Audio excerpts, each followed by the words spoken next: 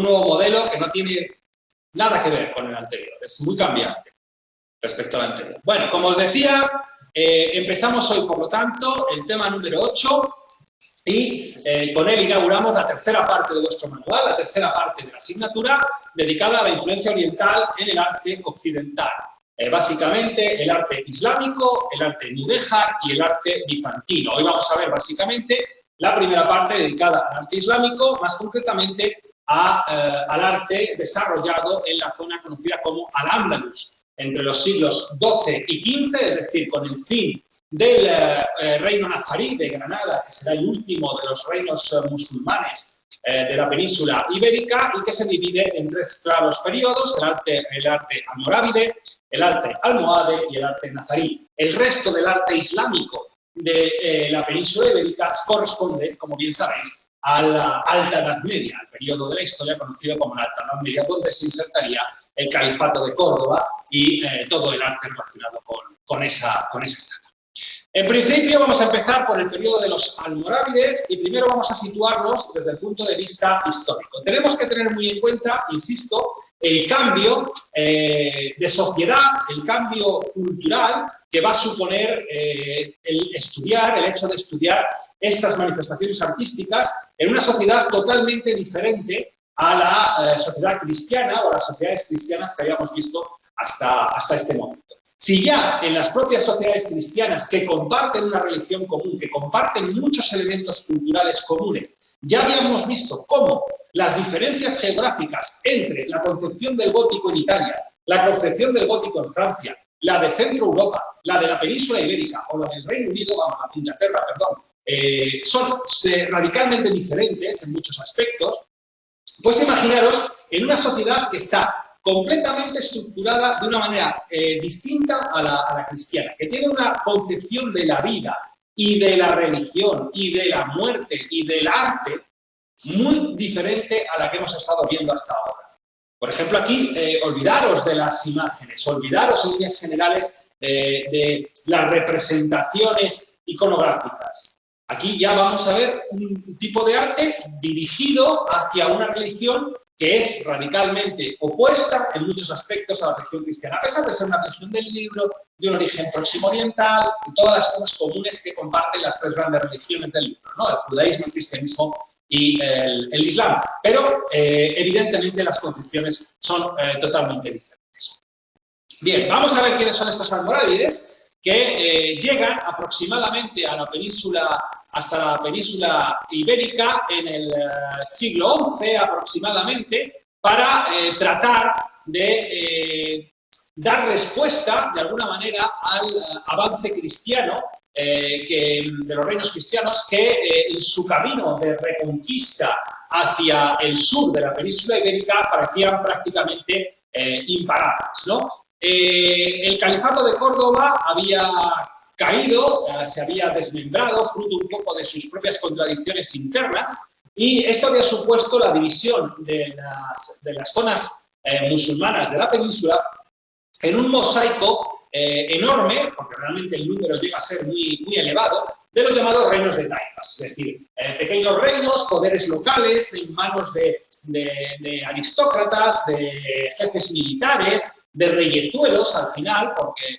prácticamente son reyezuelos, que, bueno, no podían hacer frente, evidentemente, al mayor poder militar en ese momento de los reinos cristianos, entre otras cosas porque estos reinos de taifas, en líneas generales, eran de reducido tamaño, algunos llegaron a ser realmente muy, muy pequeñitos. Entonces, claro, realmente se temen el avance de los cristianos. De hecho, en algunos momentos cambian las tornas respecto a, por ejemplo, el pago de tributos. Era habitual, por ejemplo, que los reinos cristianos al califato de Córdoba, en la época del esplendor del califato de Córdoba, le pagasen tributos para evitar el ataque por parte del califato de Córdoba, ¿no? O evitar la presión por parte del califato de Córdoba. Ahora se hace al revés. Ahora van a ser los reinos de taifas los que en algunas ocasiones paguen a los reinos cristianos para asegurar su autonomía o su independencia, ¿no?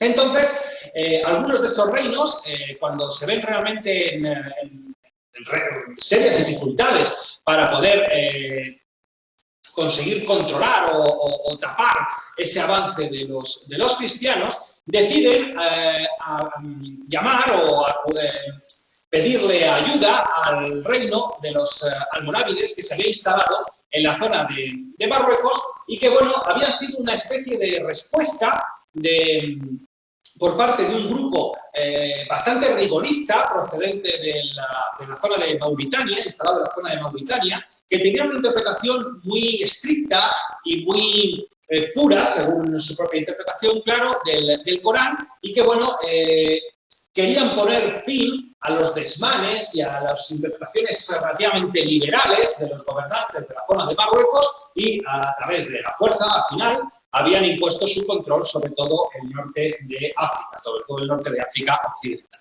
De esta manera, las taifas de Sevilla y de Granada, que eran dos de las más importantes, piden ayuda a este reino almorávide del norte de Marruecos una vez que toman ya la ciudad de Ceuta, la antigua Septem romana, y los almorávides cruzan el estrecho al mando de Yusuf para acudir en ayuda de los reinos de taifas.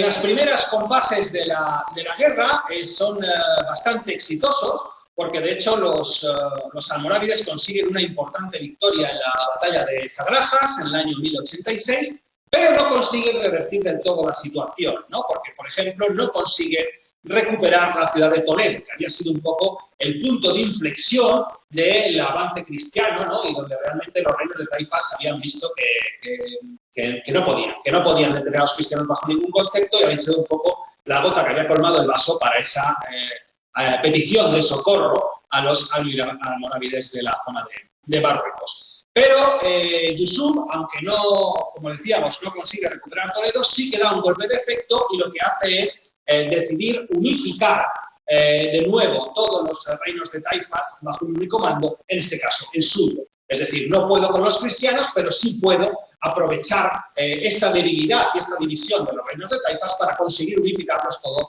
bajo mi mandato. Durante la primera etapa, durante estos finales del siglo XI de este reino almorávide de la península ibérica, apenas se produce una actividad constructiva desde el punto de vista artístico digno de mención, quizás un poco por la propia fama de austeridad que tenían los almorávides, por esa interpretación un poco rigorista, un poco estricta del Corán, que se alejaba de los grandes dispendios, de los grandes lujos, un poco de los que ellos acusaban a los monarcas a los que combatían, ¿no? Que precisamente se habían ablandado, se habían dado los placeres, no obedecían las normas que decía el Corán. Entonces, bueno, actuando un poco en esta misma línea, pues evidentemente ellos se alejan de estos grandes dispendios en las construcciones. Sin embargo, ya a partir del siglo XII, a partir del reinado de Yusuf, con F, no con B, Yusuf es el que cruza, Yusuf con F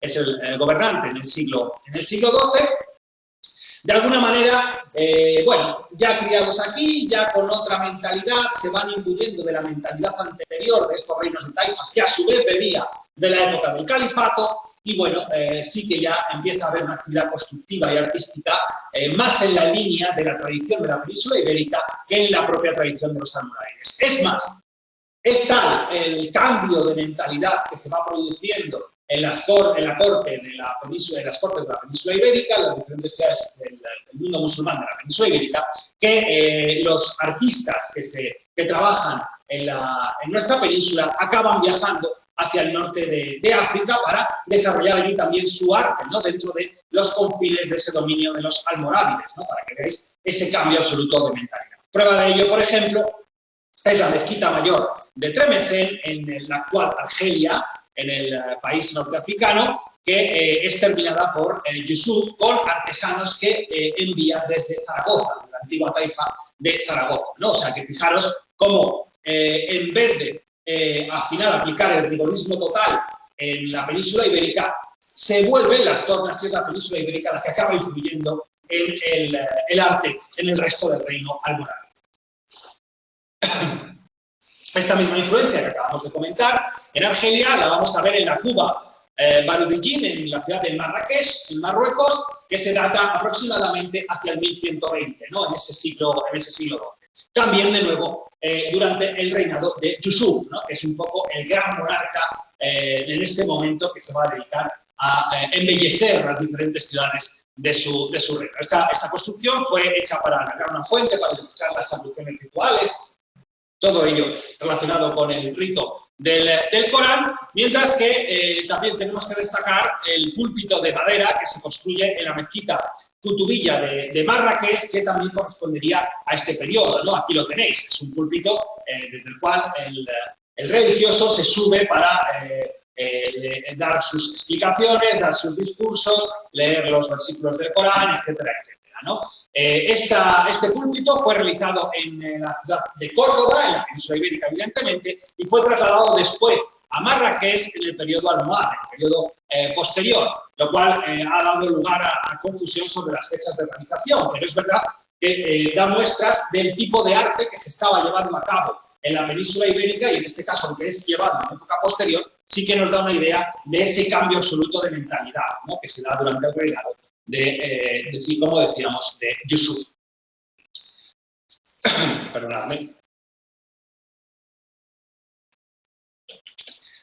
En cuanto a las características generales del arte durante la época almorávide, tenemos que tener en cuenta un uso de una arquería bastante variada. Ya vimos algunos de los tipos de arcos en clases anteriores, pero especialmente en la época almorávide van a utilizar arcos polilobulados, los túmidos y los mixtilíneos, así como con variadas decoraciones, ¿no? Ya sabéis la limitación que tiene la ley coránica para representar escenas de animales o escenas incluso humanas, y por lo tanto se van a especializar en las decoraciones de carácter geométrico, que en algunos casos pueden recordarnos a motivos vegetales, pero casi nunca aparecen cuestiones figuradas, ¿no? Esto limita un poco la cantidad o variedad de decoraciones que podemos disfrutar en los edificios islámicos, pero es verdad que, por otro lado, hizo que esa decoración, de alguna manera geométrica, alcanzase una calidad totalmente desconocida hasta el momento.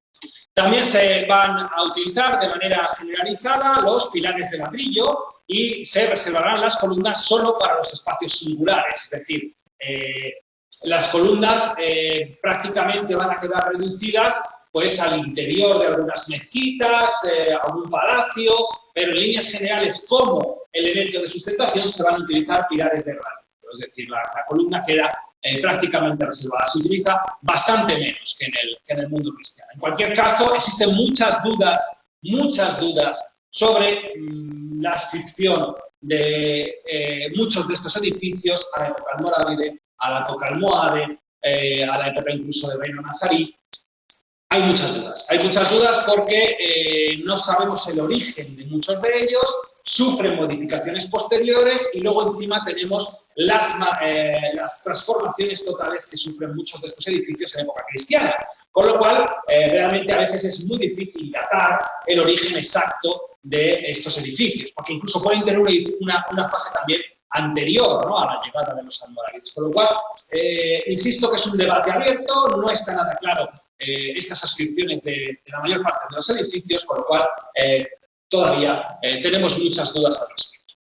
Otra de las cuestiones en las que va a destacar el arte almorávide será en la producción de tejidos, especialmente de los llamados tejidos de lujo. Es verdad que no es una producción original del reino almorávide, sino que ya había tenido su origen durante la época del califato, pero continúa esta tradición durante el siglo XI. Los almorávides aprovechan esta tradición anterior para seguir, porque es una fuente de ingresos al final, es una producción, por un lado, de lujo, es decir, que genera unos beneficios bastante elevados, y luego también es una cuestión de ostentación y de alguna manera de estatus social, ¿no? Aunque, insisto, los almorávides predicaban esa limitación y ese control y ese rigorismo, aunque después, como hemos visto, se transformará muy claramente.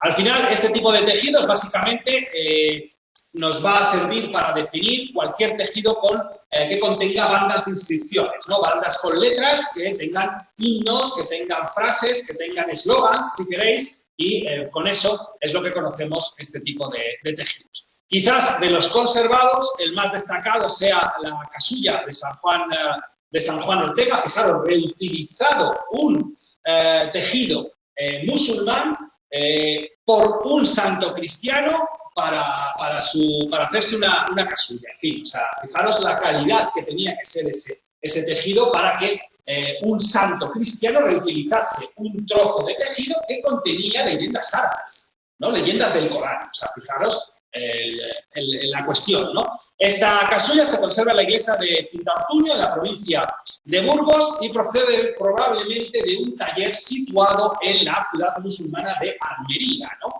Bueno, como bien sabéis, Almería evidentemente tiene un origen árabe. Todas las poblaciones que encontréis con iniciales, que lo sabréis, evidentemente es conocido, con inicio en al o en ben, casi seguro, con casi total seguridad, tendrán origen árabe, igual que con Wada, ¿no? El río, ¿no? Que significa agua o río.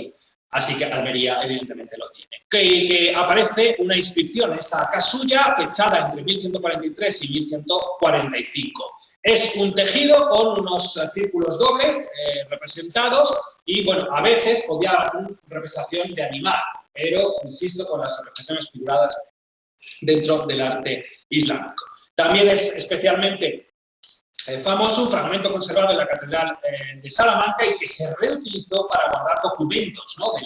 de carácter administrativo, y es la imagen que tenéis, que os he puesto, que os he añadido en el PDF. Pasamos ya a la siguiente fase, porque estos almorávides al final, pues de alguna manera, habían caído en los mismos errores que el propio califato, se habían relajado desde el punto de vista religioso, desde el punto de vista de la fe, y va a surgir un nuevo movimiento de carácter rigorista que reivindica esa vuelta a los orígenes abandonados supuestamente por los almorávides, y en este caso surge en la zona de las montañas del Atlas, no del Atlas en Marruecos, ¿veis? Lo que os digo de las serratas, ¿no? Bien, este nuevo grupo va a recibir el nombre de almohades e inicia de nuevo un nuevo ciclo de rigorismo en la interpretación de las enseñanzas correctas. Lo hacen a partir de su conquista del anterior imperio almorávide en el año 1146, que culmina con la toma de la capital de Marrakech, la capital del reino, y la propia invasión de la península ibérica. Esta el afán rigorista de estos almohades, que de alguna manera, a modo de ejemplo y a modo de castigo de esos decadentes almorávides anteriores, llegarán incluso a masacrar poblaciones enteras, para dar ejemplo de la importancia de mantener las enseñanzas puras del Corán, y especialmente famosa será la matanza llevada a cabo tras la toma de Sevilla en el año 1147. Sin embargo, a partir de esa conquista, aunque socialmente, culturalmente, religiosamente, desde el punto de vista de la religión, se vuelva a ese rigorismo, cultural y económicamente va a ser una etapa de especial prosperidad para las zonas almohades de la península ibérica, y también se produce un auge importante de las relaciones comerciales, y Al-Ándalus, de alguna manera, se convierte en un modelo a seguir y la zona más relevante de las conexiones entre el norte de África, el Oriente y el Mediterráneo, ¿no? Realmente todo va a girar en torno a esta zona, llegándose incluso a hablar de la expansión del modelo cultural hispano-musulmán como ejemplo, como modelo singular al resto del mundo árabe. De hecho, un ejemplo de este periodo es la monumentalización de las entradas a las ciudades amuralladas, que de alguna manera representan la fuerza y el nuevo poder establecido por los almohades, ¿no? Claro, esto tiene un doble significado. Por un lado, hago una cosa monumental que da muestra del poder económico y de la capacidad constructiva que tengo, pero además la integro en un elemento defensivo, lo cual, un elemento defensivo y militar, lo cual también refleja de alguna manera mi prioridad por el poder militar, por la fuerza, por dar una sensación de poder absoluto y de dominio y lo hago a través de estas construcciones. Un ejemplo de ello es el que os he puesto aquí arriba, que es la puerta de la ciudadela de los Oudaya, en Rabat, en Marruecos, en el actual Marruecos, y que, bueno, representaría ese tipo de entradas un poco monumentales que, insisto, aunan, por un lado, la monumentalidad y el arte y la representatividad de hacer grandes obras con cierto carácter artístico y a la vez construir un elemento cuya prioridad no deja de ser el defensivo, ¿no? Si yo tengo un gran recinto amurallado y en la puerta solo primo lo decorativo y hago una puerta que militarmente es muy débil, pues realmente no sirve para nada. Puedo crear una puerta estupendamente muy bonita, pero todo el recinto amurallado se me ha ido a la porra porque la puerta es más fácil de tirar que con un empujón la abro. Entonces, claro, no sirve para nada, ¿no? Hay que integrar los dos aspectos.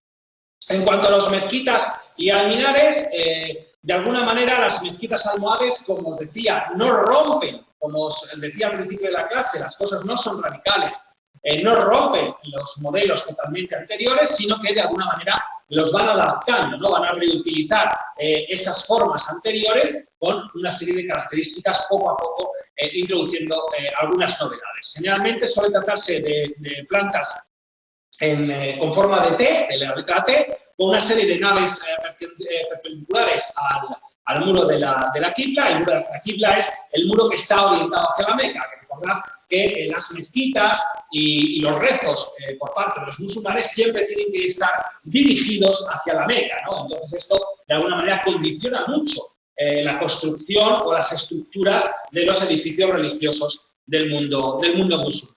Excepto uno paralelo, es una de las naves paralelas cubiertas con cúpulas en todos sus tramos, el resto, como en el caso de la mezquita de Tinmal, en la zona de las Zoganas. Fijaros que en líneas generales casi todos los ejemplos los estamos viendo en el norte de Marruecos, ¿no? Y esto, vamos, al norte de Marruecos, el norte de África, Marruecos o Argelia. Esto es por una razón fundamental, y es porque estas zonas no fueron cristianizadas. Es decir, los restos en la península ibérica, la mayor parte de ellos, o fueron directamente destruidos, desgraciadamente muchos de ellos directamente los tiraron, y otros fueron totalmente transformados por la óptica cristiana. Algunos, a pesar de esa transformación, mantuvieron muchas de sus estructuras. No, a todos se nos viene rápidamente a la cabeza la mezquita de Córdoba, ¿no? Pero en otros casos, insisto, fueron destruidos. Claro, en el caso de Marruecos, al mantener la religión islámica durante el resto de su historia, ha permitido que algunas de esas estructuras se conservasen. O sea, directamente fueron sustituidas porque se construyeron cosas nuevas, a pesar de ser también musulmanes, ¿no? Pero bueno, pues como aquí, ¿no? ¿Cuántas iglesias fueron destruidas porque eso era viejo, no valía para nada, y hicieron una iglesia después? Pues bueno, a veces con peor gusto, ¿no? Depende del caso. En fin, los alminares también van a ser muy propios o muy significativos de este periodo, son los llamados alminares o minaretes, que es desde los cuales el religioso llamaba a la oración a los fieles, ¿no? Entonces son lo que entenderíamos como las grandes torres, ¿no? Esas torres altas que en algunos casos después serán reutilizadas como campanarios cristianos. De alguna manera, algunas de ellas son especialmente significativos, como por ejemplo el que se construyó en la mezquita de Córdoba, aunque hoy está desaparecido bajo la torre de la catedral, es decir, cuando se cristianiza la mezquita, se construye una nueva torre catedral y tapa de alguna manera al antiguo minarete. Sin embargo, sabemos que el minarete estaba construido en época de Abderramán III y va a ser el que de alguna manera sirva de modelo, en el que se basen la mayor parte de los modelos de la época almohade e incluso de las llamadas torres mudéjares de las zonas cristianas. Los alminares básicamente se componen de un cuerpo interior que se divide en diferentes estancias abovedadas y después un cuerpo exterior que de alguna manera abraza o rodea al anterior y va incluyendo tramos de rampas y escaleras que se van adaptando a las diferentes alturas. Por eso son tan irregulares. Fijaros que dependiendo de dónde estén las rampas, las ventanas no son simétricas, es decir, no están a la misma altura, no hay pisos digamos, estancos, sino que, dependiendo de por dónde vayan los tramos, se abren las ventanas a diferentes alturas. No sé si más o menos me explico con esta cuestión. Un ejemplo de este estilo de los almohades va a ser el alminar de la Kutubiyya de Marrakech del año 1157, que presentaba todo un enlucido de mortero de yeso rosa, que hoy en día se ha perdido. Claro, casi estas cubiertas en muchas ocasiones, la mayor parte de las ocasiones se han perdido, la parte más débil de la estructura, ¿no? Y además es la más cara de mantener. Entonces, llega un momento en que se retira y se cubre de otra manera o directamente se elimina, porque realmente el mantenimiento es demasiado grave. Y después tenía un remate de azulejos y de alforzones, que es una especie de placas de forma hexagonal, vidriados en la zona superior, y que quizá sean el primer ejemplo de esta práctica. Fijaros que aquí, por ejemplo, se ve especialmente bien, ¿no? En la mezquita de Hassan de Rabat. Fijaros, aquí es el ejemplo de aquí, pero aquí lo vemos muy claramente. ¿Veis esta parte superior en la que se ven los azulejos y esa decoración de la parte de arriba? En la mezquita de Hassan también es un ejemplo de este modelo, aunque es verdad que este alminar se quedó a la mitad de la altura originalmente proyectada, ¿no? Se quedó como a medio hacer porque era demasiado alta, hubo problemas en la construcción, además también se acabaron los fondos y bueno, pues por eso se quedó, está como tunicado, fijaros, no está coronado en la parte superior por absolutamente nada, por lo cual, insisto, está inacabado. Pero a veces incluso las obras inacabadas son todavía más singulares precisamente por su carácter inacabado, ¿no? Que los diferencia de otras obras. La Giralda de Sevilla, por ejemplo, también es representativa de este periodo y era efectivamente el alminar que pertenecía a la mezquita, ¿no? Aunque después se transformase en época cristiana y lo conocemos como la Giralda.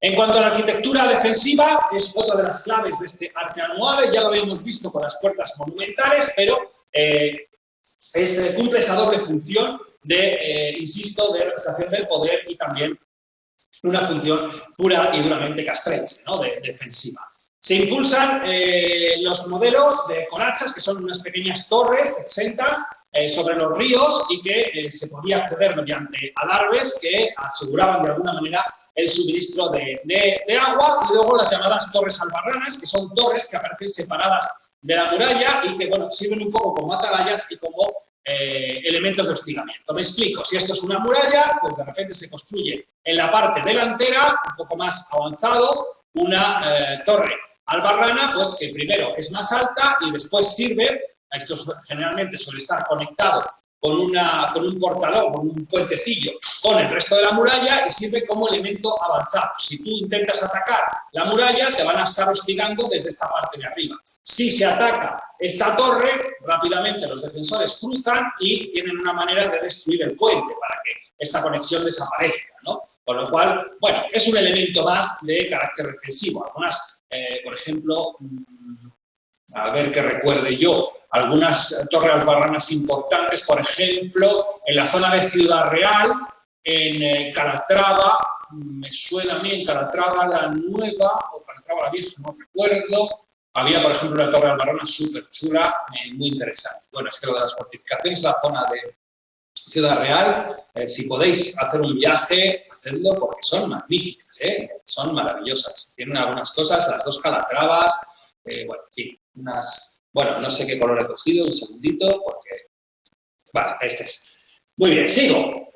Un ejemplo de este tipo de torres va a ser la Torre del Oro de Sevilla, la más famosa de todas, construida en el año 1221 y que servía para proteger la entrada por el río. Hay que recordar que el Guadalquivir en esta época es navegable hasta el mar y, por lo tanto, era una posible vía de entrada de atacantes, ¿no? Es famoso el ataque por parte de los vikingos, una expedición vikinga y demás, en la zona de Sevilla, o por lo menos eso se dice. O sea, fijaros cómo era de caudaloso el río en aquel momento. Entonces, esto servía para, junto a otra torre hoy desaparecida que había en el otro lado del río, poder sacar había una cadena por debajo del río, se tensaba esa cadena y con eso se hacía una barrera que era infranqueable para los barcos, ¿no? Con lo cual era un importante elemento defensivo. Fijaros que la torre es básicamente formada por dos cuerpos, un interior de carácter hexagonal y el exterior que es de carácter dodecagonal, es decir, con 12 fragmentos, ¿no? 12 partes. Se construye con sillería en los ángulos y con hormigón y luego estuvo toda ella revocada con mortero de cal de un color ocre que imitaba un poco los sillares para que cubriese toda la superficie y darle un aspecto unitario, un aspecto mucho más acabado, incluido la parte de los ladrillos y que hoy está perdido. Fue utilizado como tesoro real, por eso su nombre, Torre del Oro, porque se guardaba aquí el oro ya en épocas posteriores y, bueno, perdida ya ese carácter defensivo que había tenido originalmente. El tercer cuerpo de la torre, la parte superior que veis ahí, fue añadida en el siglo XVIII, mientras que toda la azulejería que está sobre la parte de los arcos ciegos sí que parece que habría correspondido al modelo de época almohade, ¿no? Al modelo original, aunque hay algunas teorías que afirman lo contrario sobre estas decoraciones. En cuanto a los jardines, ya sabéis que para los musulmanes la cuestión de los jardines y el agua es absolutamente primordial. Entre otras cosas, esto se explica por el origen propio de los árabes, ¿no? Que son el pueblo original del cual surge el Islam, pero que, como bien sabéis, es un pueblo de tradición nómada, de tradición pastoril, que iban de un lado para otro con sus rebaños buscando las pocas zonas de pasto que había en la zona de Arabia, ¿no? Porque precisamente Arabia es un gran desierto donde el agua escasea enormemente, apenas hay vida vegetal, más allá de esos brotes que se comen estos ganados, generalmente de cabras o de cápridos casi siempre, y por eso los árabes eran especialmente amantes de los jardines. Para ellos los jardines, el agua, representaba la exuberancia, representaba una especie del paraíso, ¿no? Una imagen que tenían ellos del paraíso, ¿no? De prosperidad, de vida, de frondosidad, ¿no? Entonces, realmente ellos ponen mucho empeño en manejar estas cuestiones relacionadas con el agua y con los propios jardines. De esta manera, los jardines almohades son la imagen terrenal, si queréis, del paraíso, ¿no? De ese paraíso que les asegura el Corán. Estaban diseñados en forma de cruz, de manera que representaban los cuatro ríos que supuestamente corrían o circulaban por el Edén. En los cuadros de plantación, es decir, en cada uno de los cuadros que forman los lados de esa forma de cruz, a nivel inferior se ocultaban todo tipo de frutales y plantas aromáticas, ¿no? La idea era transmitir esa imagen de abundancia, ¿no? Con los frutos colgados, llamativos, de colores, luego una sinfonía de olores absoluta, o sea, es decir, todo eso es lo que se busca, ¿no? Que realmente te enviara, que tú llegues al jardín y ¡pum! Te golpees así, te dé sensación eso, de que yo podría estar aquí viviendo con los frutos que cojo de los árboles, ¿no? Porque hay tal prosperidad que es la imagen un poco de ese. Mientras que el agua corría constantemente por acequias, por canales que circundaban todo el conjunto, ¿no? Y además no solo daban ese fresco, sino que daban también el sonido, ¿no? Sonaba, el agua suena cuando corre, ¿no? Entonces ese sonido del agua corriente también lo buscaban de manera muy, muy directa. De ese estilo, por ejemplo, de jardín almohade son los que se encuentran bajo el actual Jardín de la Contratación, en el Alcázar de Sevilla, se encontraron en el nivel por debajo, y aunque es de época ya cristiana, reproduce esos modelos anteriores. Un poco volvemos a lo mismo, probablemente porque fue construido por obreros de origen musulmán. Entonces tenían esa tradición y, bueno, ellos siguen haciendo un poco lo que venían haciendo hasta ahora, ¿no? Aparte que, evidentemente, a cualquiera con un poco de gusto este tipo de jardines les parecía maravillosos, a los cristianos, pues evidentemente también. En el mismo edificio, en el Alcázar de Sevilla, se llama también otro jardín similar al anterior, que es hoy conocido como los llamados Baños de María Padilla, pero que en realidad lo que es lo que tenemos aquí abajo es una especie de alberca cubierta, ¿no? Que da acceso también a un espacio ajardinado y, bueno, pues son todos esos juegos de las conducciones de agua, de los depósitos, para formar todos estos conjuntos que decoraban o que complementaban la arquitectura palaciega. Respecto al reino nazarí, dejamos ya a los almorávides y a los almohades y nos vamos ya con el último gran reino musulmán de la península ibérica. con la caída de los almohades debido a la presión de los cristianos y después de la batalla de las Navas, que supone esa destrucción del imperio almohade, el resto de los territorios musulmanes que todavía no habían caído en manos cristianos se van a unificar bajo el llamado reino nazarí de Granada, básicamente hacia el año 1232. Será Ibn Nasr al-Aman el que unifique los territorios musulmanes que quedan en la península ibérica y poco a poco irá consiguiendo ampliar los dominios de su reino, como por ejemplo con la toma de Sevilla en el año 1248 y con el resto de los antiguos reinos de taifas como los de Málaga, Almería, Algeciras o la zona de Ronda. Pero como veis, casi todo el territorio se va a ceñir ya, evidentemente o solamente, al territorio de la actual Andalucía, ¿no? El resto de la península había caído ya de manera definitiva en manos cristianas. Al fin y al cabo, los reinos musulmanes van viviendo una contracción progresiva a lo largo de muchos años, pero que siempre va reduciendo su tamaño. No hay fases de expansión o fases de intercambio, ¿no? Alhambra, de alguna manera, va a ser el lugar predilecto, va a ser un poco el símbolo del nuevo reino nazarí y va a tomar su nombre del color, probablemente, que tenían los muros que la circundaban. Esto es debido a que los muros que rodean la Alhambra se realizan con un tapial de tierra y cal, pero en la tierra de la zona, de la colina donde se instala la Alhambra, era muy rica en hierro y por lo tanto tenía ese característico color rojo que tienen los elementos férricos, ¿no? Entonces esto había producido que las murallas tuvieran ese tono rojizo y popularmente pasase a ser conocida como la Roja, ¿no? por esa cuestión.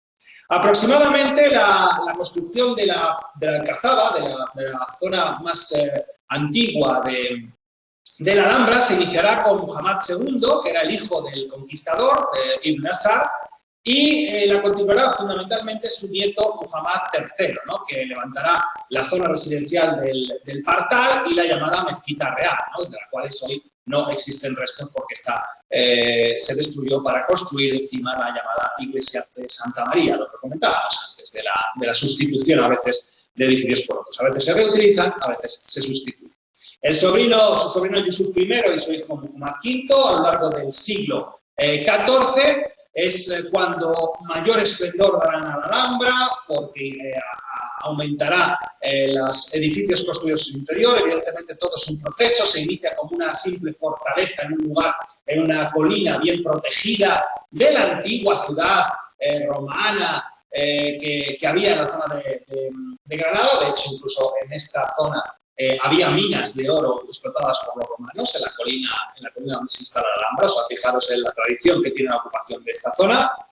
Pero a partir del siglo XIV se irán añadiendo nuevas zonas y realmente acabará suponiendo un conjunto absolutamente espectacular y probablemente el foco principal del mundo árabe en este momento, del mundo árabe occidental, del mundo musulmán occidental. Vamos a ver las diferentes partes que componen el conjunto de la Alhambra. Básicamente hubo en su interior, en todo el recinto, 6 palacios, 5 de ellos de época musulmana, 5 de ellos llamados nazaríes, y un sexto ya de época cristiana construido por Carlos V, ¿no? Y que de hecho quedó inconcluso hasta el propio siglo XX, ¿no? Que realmente, si habéis estado en la Alhambra, lo identificáis claramente con ese palacio de Carlos V, que realmente es un mamotreto, las cosas como son. Es un palacio que probablemente fuera del contexto de la Alhambra sería mucho más interesante que dentro de la Alhambra, ¿no? Dentro de la Alhambra parece que lo han dejado allí puesto, no pega con el resto del conjunto. Claro, evidentemente son estilos totalmente diferentes y entonces, pues, bueno, llama un poco la atención. Es como un pegote, efectivamente, como dices. Es que es así, es que tú estás ahí imbuido de toda aquella arquitectura árabe y de repente ¡pah!, un palacio renacentista allí como un cubo clavado que dices, madre mía. Pero bueno, en fin, estas son las consecuencias. Claro, es lo que te digo, es un palacio fantástico. Es decir, si eso lo hace al otro lado, hubiera quedado precioso, pero allí metido, te chirría, te rompe un poco, ¿no? Las cosas. Luego, una vez que está dentro, bueno, ya, pero bueno, en fin, vamos a seguir. De los primeros quedan 2 completos, de los 5 nazaríes quedan 2 completos, que son el de Comares y el de los Leones, mientras que de los otros 3 quedan algunos restos, más menos conservados, más menos visibles. Algunos siguen bajo el subsuelo, que son los del Partal, el Palacio de Yusuf III y el de Abencerrajes. Comares va a ser el principal de los palacios, que tenía funciones de todo tipo, es muy completa la distribución de Comares, tenía funciones, una parte dedicada a las funciones judiciales, funciones ejecutivas, funciones administrativas, etcétera, etcétera. Tened en cuenta que estos palacios los llamamos palacios, pero dentro del palacio no es solo una residencia real. ¿Vale? Palacio, en este sentido, no es solo la casa del rey, donde vive la familia real, sino que tiene también muchas otras funciones. Funciones judiciales, funciones administrativas, funciones económicas, en fin, es un complejo mucho más completo que solo una residencia real. El Palacio de Comares fue iniciado por Yusuf I y lo termina su hijo hacia el 1370. Se organiza en torno al patio de los Arrayanes, que de alguna manera actúa como distribuidor del resto de las estancias, y se organiza todo el protocolo a través de los patios contiguos. Esto es importantísimo, porque aquí la arquitectura tiene un sentido protocolario, es decir, no es solo pongo un patio aquí porque queda bonito y así entra luz, sino que todo está pensado para que el visitante, dependiendo de su estatus, vaya pasando de una habitación a otra y tenga que hacer un determinado camino, ¿no? Esto es una cosa que, un estilo muy oriental. Esto ocurre ya en el 2000 a.C. en el Próximo Oriente. Lo vemos en los palacios acadios, lo vemos en los palacios de los neobabilonios. Es decir, todas estas cuestiones están perfectamente pensadas. Por supuesto, los persas también lo hacían en sus palacios. Y es que es eso, que de alguna manera el visitante se sintiese un poco abrumado por las diferentes estancias por las que iba pasando y por esas representaciones del poder, ¿no? El embajador de turno que iba a visitar al rey, claro, para presumir y para impresionarles, y de alguna manera condicionarles. A lo mejor el embajador del Reino de León venía todo crecido, bueno, son los más poderosos y demás.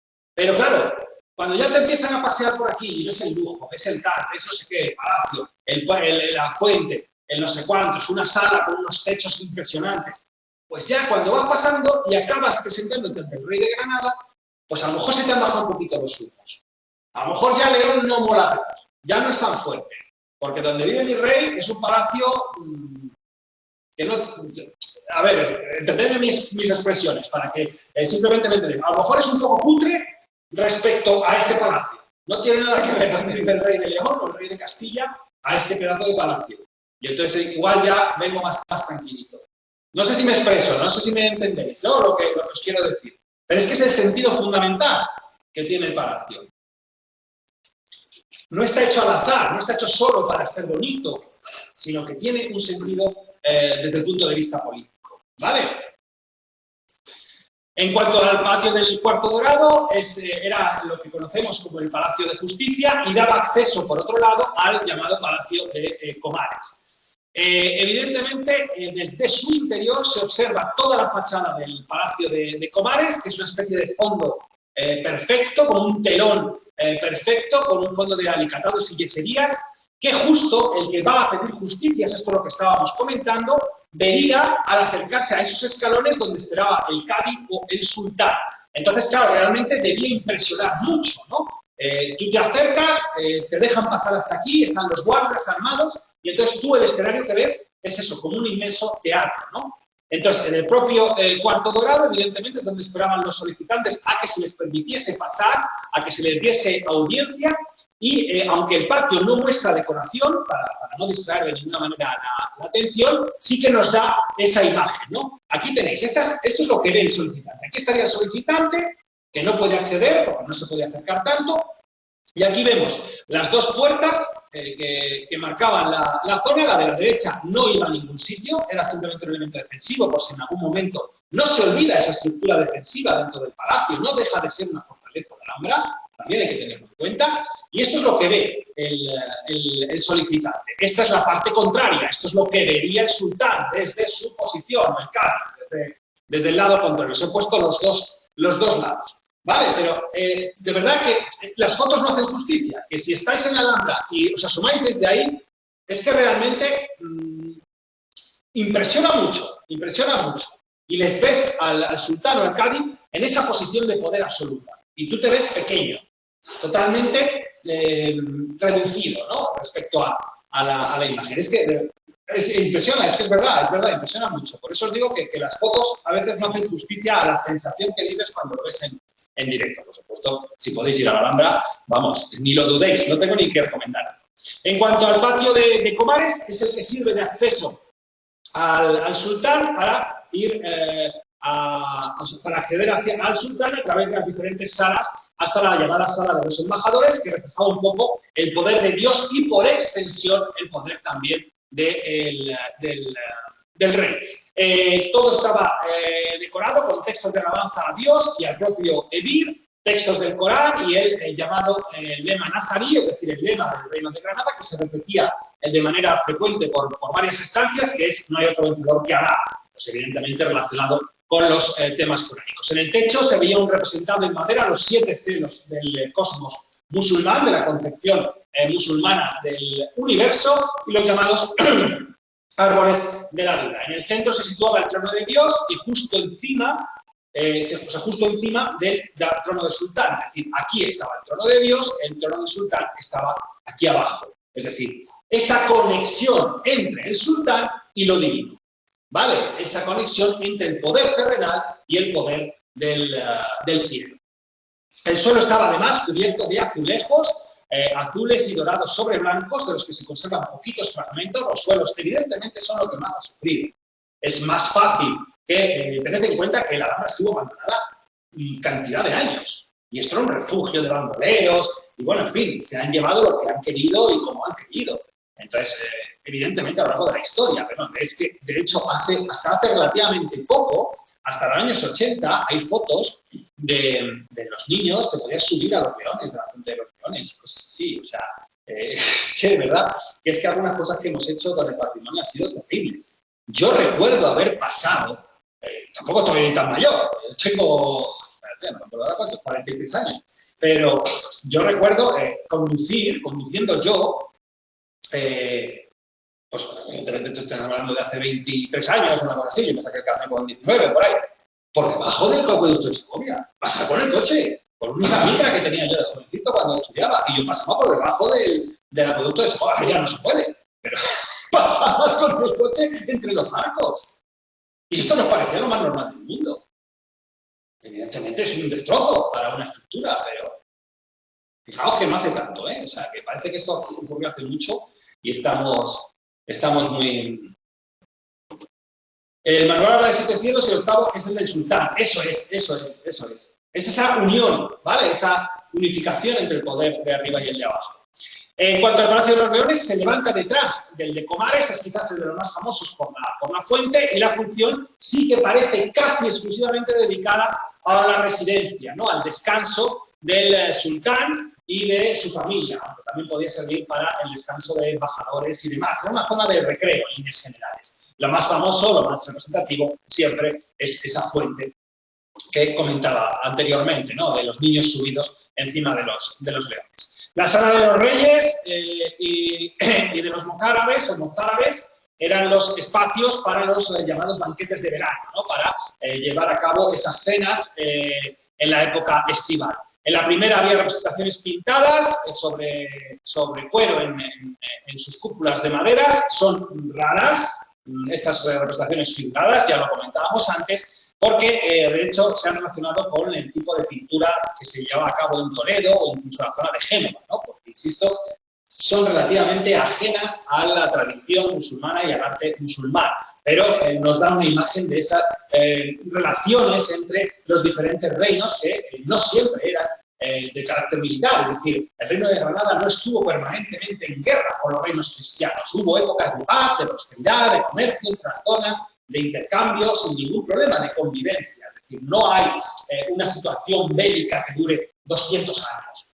Eso no se lo cree nadie. Hay épocas, evidentemente, de convivencia entre unos y otros y de convivencia pacífica y buenas relaciones. No tienen por qué ser ni mucho menos hostiles, ¿no? Y bueno, pues ponen de manifiesto un poco este tipo de relaciones, aparte del carácter poco rigorista que tenía en líneas generales el reino nazarí de interpretación del Islam. No eran ni muchísimo menos extremistas musulmanes o extremistas en su interpretación del Corán, como si lo habían sido en origen los almohades o los almorávides. El reino nazarí nunca fue especialmente estricto desde ese punto de vista. De ahí estos espacios un poco singulares y no tan relacionados con el resto del arte que hemos visto. En cuanto a la sala de las dos hermanas, realmente magnífica, y la sala de los abencerrajes estaban reservados para la música, uno para verano y otro para invierno, es decir, es donde se hacían los conciertos, donde después de comer se iban para escuchar música, incluso ver danzas o cualquier otro tipo de actuación, a veces pues, de malabares, de magia, había de todo tipo. Realmente la corte debía ser muy, muy animada, y en la primera destaca la cúpula magnífica, increíble, la cúpula, como cárabes a partir de una estrella central que se abre, como si fuera, a mí me recuerda a una especie de copo de nieve, cuando ves un copo de nieve a través de un microscopio, ¿no? Con esas formas, un poco como un caleidoscopio, si queréis, que realmente es impresionante, es magnífica. Y presentaba dos salas laterales, que es precisamente donde se ponían los músicos que tocaban en esos conciertos, ¿no? Para las que estaba diseñada esta sala. Mientras que en la segunda, en la sala de los abencerrajes, se observa el patio, gracias a que está un poquito por encima del nivel y está comunicada la fuente que había en el centro de la sala con la fuente de los leones, ¿no? Y atravesaba, fijaros, los dos batientes de la puerta, ¿no? Que tenían un espacio para ese canal que unía los dos espacios, para ese rumor del agua que os comentaba yo al principio, esa necesidad de estar escuchando el agua como una especie de sonido tranquilizante y propio casi del Edén, ¿no? Que nos transportaba un poquito del Edén. En cuanto a los significados de este arte nazarí, tenemos que considerar que la Alhambra es un intento de construcción para los sentidos. Me gusta mucho esta frase, creo que es muy acertada, porque es lo que busca. Busca imbuirte, claro, las salas para las realezas, siempre estamos pensando en la realeza, en la familia real, que sabe disfrutar de estos espacios. El pueblo llano no disfrutaba ni muchísimo menos de esos espacios, ¿no? Pero realmente recupera ese esplendor de la época califal, de la época del califato de Córdoba, uniendo un poquito la naturaleza con el arte, con la arquitectura, un poco en un conjunto realmente armonioso, ¿no? A mí, por lo menos, a mí me lo parece. En cuanto a falta de restos que no fueran de carácter arquitectónico, viene un poco relacionado con esta concepción de las representaciones artísticas, pero sin embargo tenemos algunos casos que no es así, algunos restos como los llamados jarrones de la Alhambra, en el que se unen el sentido práctico y la funcionalidad, ¿no? Tradicionalmente se había pensado que este tipo de jarrones eran meramente decorativos y eran un objeto de lujo, pero al parecer, sin embargo, sí que se utilizaban de manera habitual para llenarlos de agua y servir el agua en los banquetes que se llevaban a cabo en palacio, con lo cual no es un objeto meramente decorativo, sino que tenía una función claramente práctica. De todos ellos, el único que se conserva in situ es el llamado jarrón de las gaceras, que es el que os he puesto aquí y que se puede ver todavía hoy en día allí en la propia Alhambra. Y con esto, en principio, terminamos el tema 8. Por cuestiones de tiempo, voy a empezar con el tema 9 para poder ir avanzando y de esa manera dejar el último día para terminar con este tema 9 del Mudéjar y avanzar en el último tema, en el tema 10, y dejar así cerrado, por lo tanto, la tercera parte de la asignatura. Iniciamos, por lo tanto, el capítulo 9, llamado Las Artes del Mudéjar, por lo menos hasta donde nos dé tiempo, son las 6:10, pues a ver hasta dónde llegamos. Y bueno, es un tema que el manual trata de una forma muy densa, quizás algo confusa, porque rompe un poco los esquemas de cómo se habían ido desarrollando los temas o la forma de representar los temas en el resto del manual. No sé si le habéis echado un vistazo al tema, Y bueno, creo que está muy bien en el sentido en que trata la terminología, los marcos en los que se inserta qué es mudéjar, qué no es mudéjar, y el debate propio de estas cuestiones, pero quizás al romper tanto con esa forma de haber hecho los temas y los manuales anteriores, los temas anteriores, perdón, pues quizás despista un poco, ¿no? Porque puede quedar un poco oculto el sentido. Pero bueno, vamos a intentar darle una cierta coherencia. Este tema, sí, es que hay bastante caos, hay mucho debate. Entonces, evidentemente,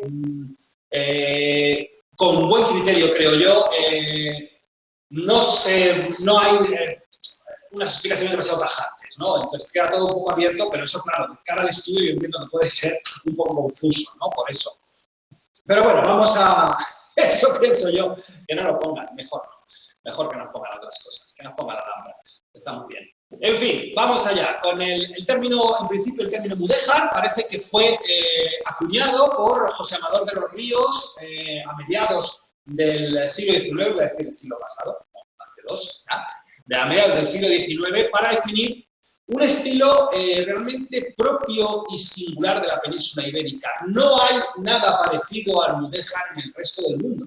Realmente es una cosa de la que deberíamos darle más valor todavía en tanto en cuanto no existen ejemplos de este tipo en otras partes del mundo. Es una cosa totalmente peninsular. Entonces, bueno, creo que esto también debería darnos cuenta del valor que parece que podría tener este arte.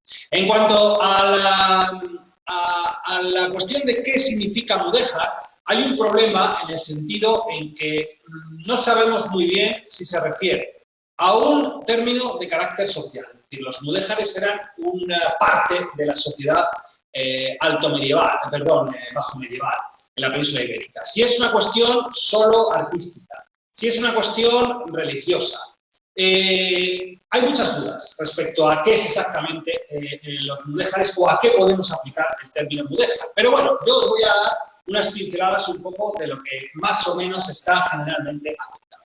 En líneas generales se considera que los mudéjares son los musulmanes que permanecen en territorio cristiano tras la reconquista.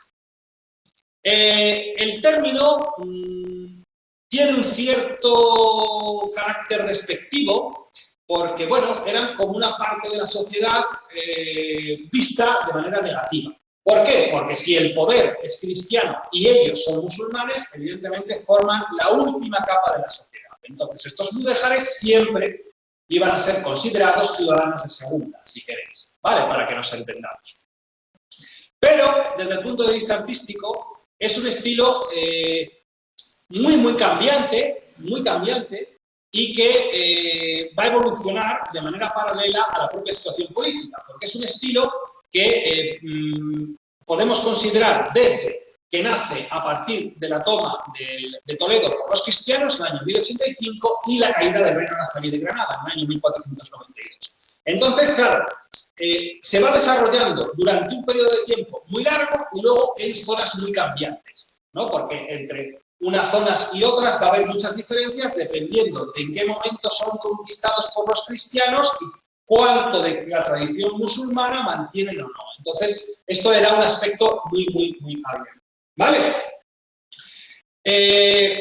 Muchas variantes regionales debido a esto que os acabo de comentar y también al propio desarrollo de los reinos de taifas, ¿no? Ese mosaico cultural que también nos va a marcar mucho esta cuestión.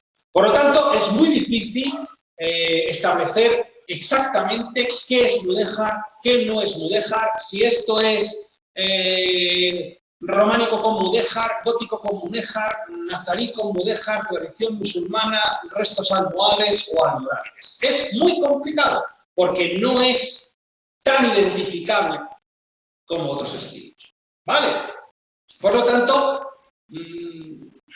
es complejo. Para que desde un punto de vista práctico nos podamos manejar, bueno, vamos a considerar mudéjares a los cristianos, perdón, a los musulmanes que viven en las zonas cristianas. Punto 1. Vale, ya tenemos esa descripción social o religiosa, si queréis. Eso punto 1. Desde el punto de vista artístico, básicamente vamos a admitir como mudéjar al arte realizado necesariamente en territorio cristiano, es decir, tiene que ser territorio en manos de los reinos cristianos, pero basado en las formas y gustos hispano-musulmanes. ¿Ha quedado más o menos claro esto?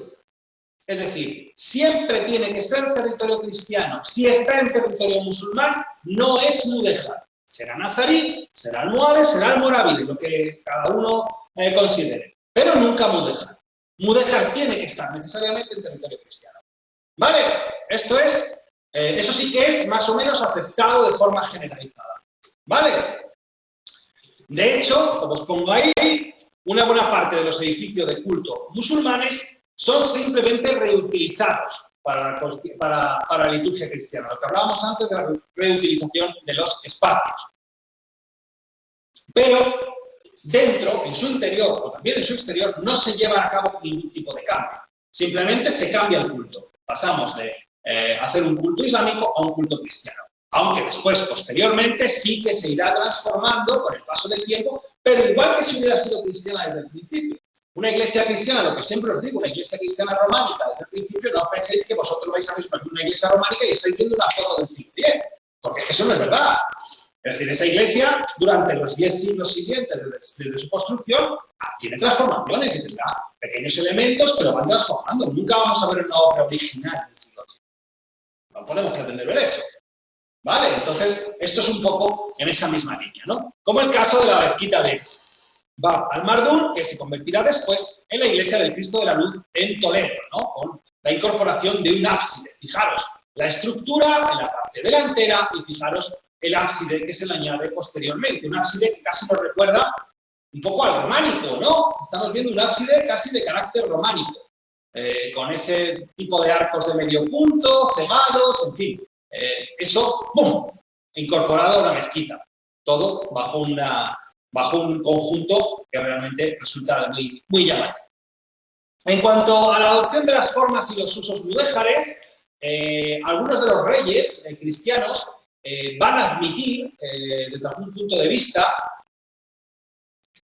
eso es, por eso a veces se habla de mudéjar románico y mudéjar gótico. Depende de cómo adaptes los gustos musulmanes y las formas de gusto hispano-musulmanas, si quieres, al estilo románico o al estilo gótico. Por eso a veces se monta una especie de mezcla arquitectónica que, claro, pero ¿tiene más de mudéjar o tiene más de románico? ¿En qué quedamos? ¿Es románico? ¿Es gótico? ¿Es mudéjar? Ese es el problema en muchas ocasiones, ¿vale? Y a lo mejor tenemos que hablar de mezclas de estilos, que es lo más práctico. Porque ahí sí que vamos a acertar, ¿vale? Bueno, os decía, algunos de los reyes cristianos de alguna manera van a reconocer la superioridad artística en algunos planos por parte de los artistas hispano-musulmanes y van a adoptar algunas de las formas decorativas hispano-musulmanas incorporándolas a los edificios que construyen.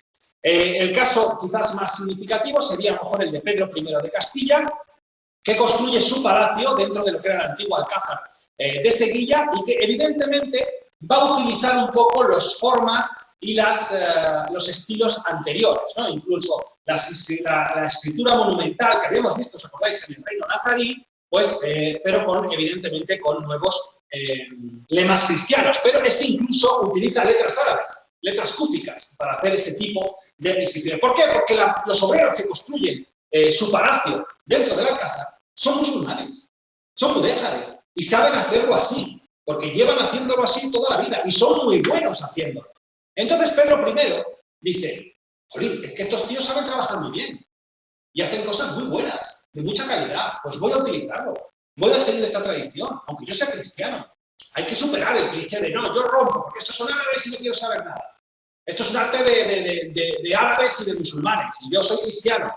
No, hay que integrarlo. Entonces, en esto, por ejemplo, Pedro I era especialmente abierto, especialmente pragmático, ¿no? Entonces se ve perfectamente cómo se mezclan, ¿no? Esas tradiciones de los alarifes, que son el nombre que reciben los artesanos mudéjares, que además, a partir de ese momento, a partir de que construyen este tipo de cuestiones, pues son llamados por el resto de reinos peninsulares, del resto de reinos cristianos, y van viajando de una zona a otra. Igual que veíamos a los artistas, o a los arquitectos, o a los artesanos que venían de Francia, del gótico francés, que acababan trabajando en la península ibérica, ¿no? Pues esto es exactamente lo mismo, solo que del arte mudéjar. ¿Vale? Es lo mismo, es lo mismo. Ese movimiento del arte, ¿no? Y de los artesanos. Los arcos de la fachada del Cristo de son muy parecidos a los arcos de una parte del cruce de San Juan de Duero en Soria. Claro, claro, efectivamente. Efectivamente, qué bonito es San Juan de Duero, qué sitio más estupendo. Lo han puesto bien, además, lo han puesto bonito. El centro de esa interpretación, vamos, lo que es la antigua iglesia, que bueno, con un pequeño vídeo, con luces y tal, y no está mal, no está mal. La verdad es que está, es que a mí Soria me encanta. Pues es que al final siempre os hablo bien de todos los sitios, es que no, es que me gusta mucho, entonces, es que no puede ser. En fin, en cuanto a la revisión de los conceptos, y con esto terminamos. En primer lugar, se debe matizar mucho la idea de que la población mudéjar estaba sometida y era minoritaria, por lo menos durante los primeros años. Evidentemente, en el momento de la conquista de Sevilla, en el momento de la conquista de Toledo o de cualquier sitio, me da igual, la población en su mayoría sigue siendo musulmana, no hay conversiones masivas. Entonces, por lo tanto, aunque el proceso de cristianización es progresivo e imparable, a largo plazo en el tiempo, eso no significa que inmediatamente después de la conquista toda la población se convirtiera al cristianismo, porque eso no sucede así. Pero, evidentemente, a lo largo del tiempo acabará suponiéndose la cristianización total, pero al principio no lo es, con lo cual no podemos considerar a los mudéjares como una clase social minoritaria, porque no era así, ¿no? La realidad es muy cerca y, por lo tanto, evidentemente no estaban cristianizados desde el principio. Además, evidentemente, parece ser que la normativa, la legislación les daba bastante libertad de movimiento para ir a trabajar. Insisto, aunque socialmente estén vistos de segunda categoría, es lógico, si el poder es cristiano, aquel que no es cristiano está visto por debajo. Pasaba exactamente lo mismo con la población judía, ¿vale? Y al revés, en los reinos musulmanes, la población cristiana visigoda anterior, ¿os acordáis? Pues evidentemente era vista de segunda clase, obligados a pagar otro tipo de tributos, con menos derechos, etcétera, etcétera, ¿no? Tampoco es correcta la identificación automática del mudéjar con el ladrillo, aunque es muy frecuente el uso de ladrillo, no todo lo que es ladrillo es mudéjar, ¿vale? Ni todo el mudéjar es de ladrillo, habrá mudéjar de piedra. Aunque sea mayoritario, aunque sea generalizado el uso, cuidado, cuidado. No identifiquemos directamente uso de ladrillo, mudéjar. O si no hay ladrillo, descarta el mudéjar. No, tampoco, cuidado. Es lo que os decía al principio de la clase, acordaros. No sean rígidos. Hay siempre matices. Entonces, cosas suaves. ¿Cómo tengo que expresar el mudéjar, si me lo preguntan? En el mudéjar es generalizado el uso del ladrillo, aunque evidentemente no es único. Fenomenal. Si yo digo, en el mudéjar todo es de ladrillo, lo estoy diciendo mal. ¿Vale? Eso es a lo que me refería al principio. De cualquier manera, es un tema abierto. Está abierto a debate. Hay muchas investigaciones sobre estas cuestiones, porque evidentemente lo que decíamos antes, es un estilo único de la península ibérica, y al ser un estilo único de la península ibérica, para la Academia Española es un tema abiertísimo de debate. Y eso, el mudéjar, durante muchísimos años, fue absolutamente denostado. Era un arte decadente, malísimo, que no tenía nivel, ladrillo, ¿qué es eso? Es una porquería. Y sin embargo, ahora, afortunadamente, lo vamos reconociendo. De hecho, está declarado Patrimonio de la Humanidad en toda la zona de Aragón, que yo recuerdo, la zona de Terra. Pero bueno, y con esto, si queréis, lo dejamos aquí. El próximo día continuamos con el modelo hispano-musulmán, los Cuas y los Alminares, y ya damos el último tema, ¿vale? Y cualquier otra cosa, con eso cerraríamos el temario y cerraríamos la asignatura, que ha sido